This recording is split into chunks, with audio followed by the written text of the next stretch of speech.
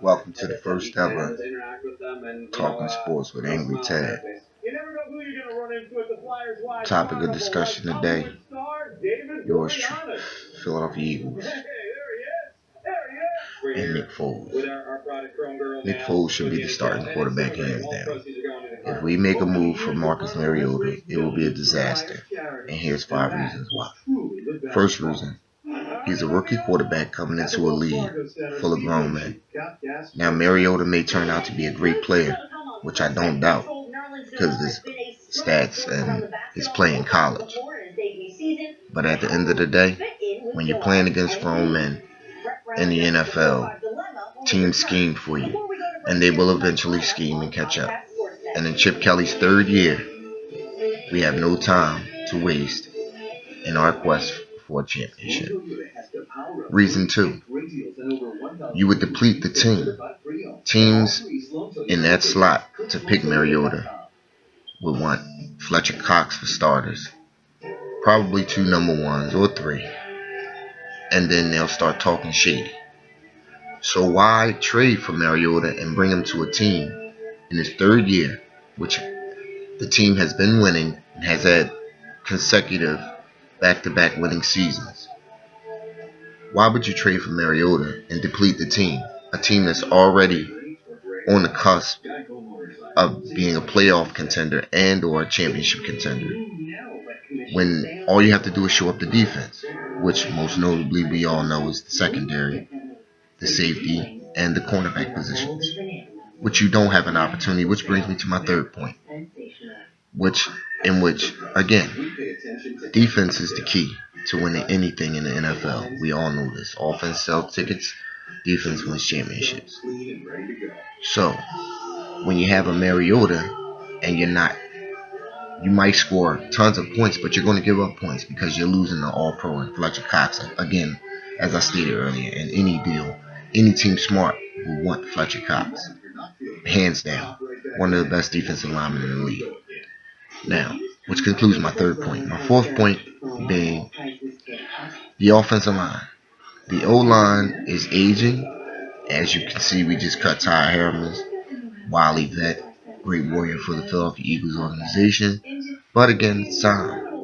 Getting up there in age, has had a history of injuries, and pretty much was wearing down.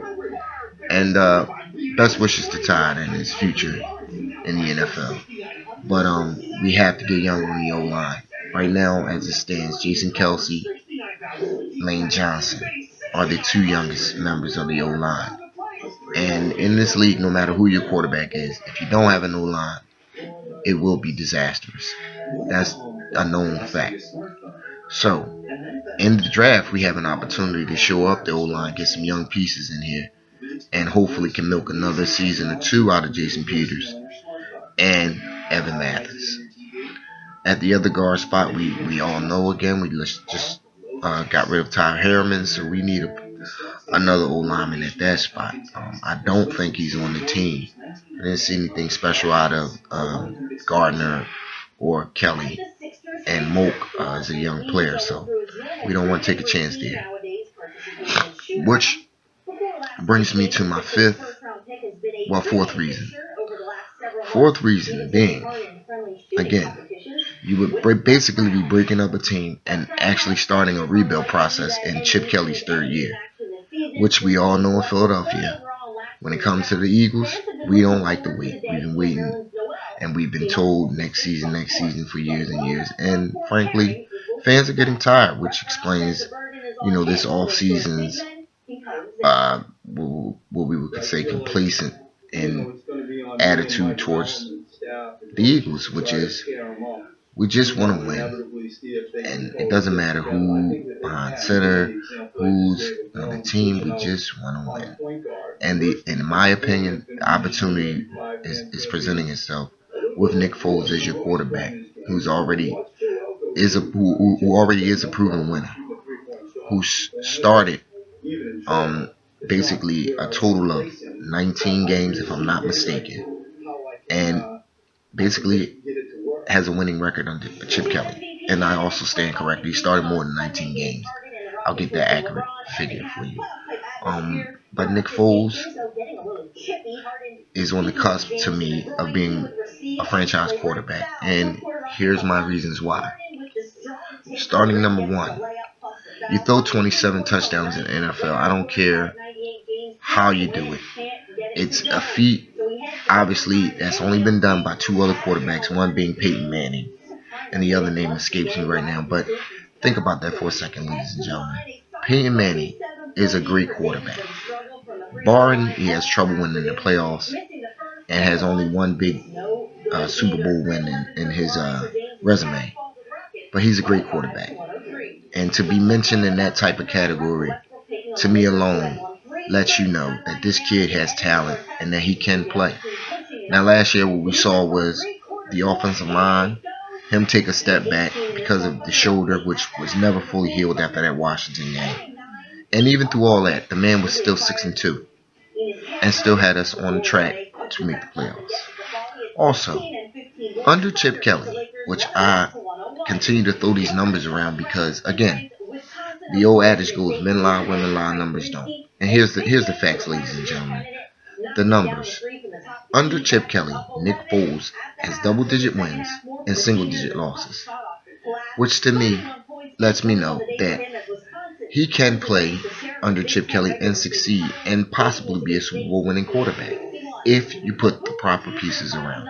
And the only way that's going to happen is for us to draft well, draft defense, get some cornerback help and safety help in here, address the offensive line, and I really, truly, honestly believe in my heart of hearts we need one more outside weapon.